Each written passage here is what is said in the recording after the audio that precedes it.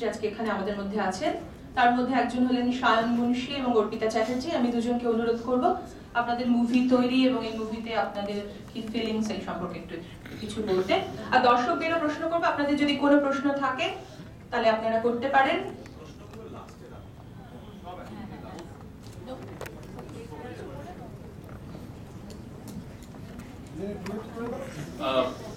কারোর কিছু জিজ্ঞেস করার আছে তাহলে একটু সুবিধা হয়।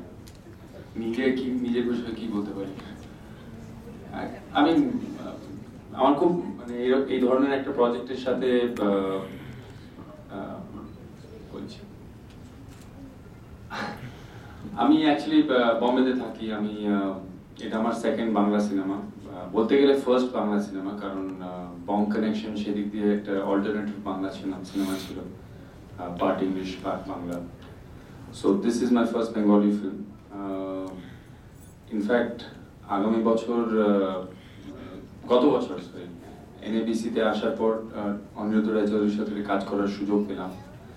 একটা ছোট্ট শর্ট ফিল্ম করেছিলাম ওপেনিং সেরেমনির জন্য। তারপর থেকেই আমাদের মানে একটা ইচ্ছে ছিল to work with each other, which kind of materialized into it তার খোঁজে। অ্যান্ড মানে এনএবিসি থেকে শেষ করে 1 মাস এখানে আমার দিদির কাছে নিউ ইয়র্কে থাকার পর কলকাতায় গিয়ে এই সিনেমাটা স্ট্রেট অ্যাওয়ে শুরু হয়ে গেছে। সো মানে এটা প্রথমবার আমাকে এরকম একটা অপরচুনিটি দেওয়া হয়েছে, যেখানে এবার পুরো ফুল ফ্লেজ বাংলা সিনেমাতে কাজ করলাম। আমি যে ধরনের চরিত্র আমাকে মানে পোর্ট্রে করতে হয়েছে, সেটাও একটা নতুন অভিজ্ঞতা আমার জন্য। খুব অত্যন্ত ট্যালেন্টেড একটা টিমের সাথে কাজ করেছি। Abhik, I am really missing him. ওর মতন টেকনিশিয়ান খুব কম আছে ভারতবর্ষে, ডেফিনেটলি, বাট পৃথিবীতেও মানে বলা যায়। ও এখানে থাকলে ভালো লাগতো আমাদের সবার, কারণ he is the captain of the ship. উনি আমাদের সাইড থেকে অনেক সাপোর্ট দিয়েছে।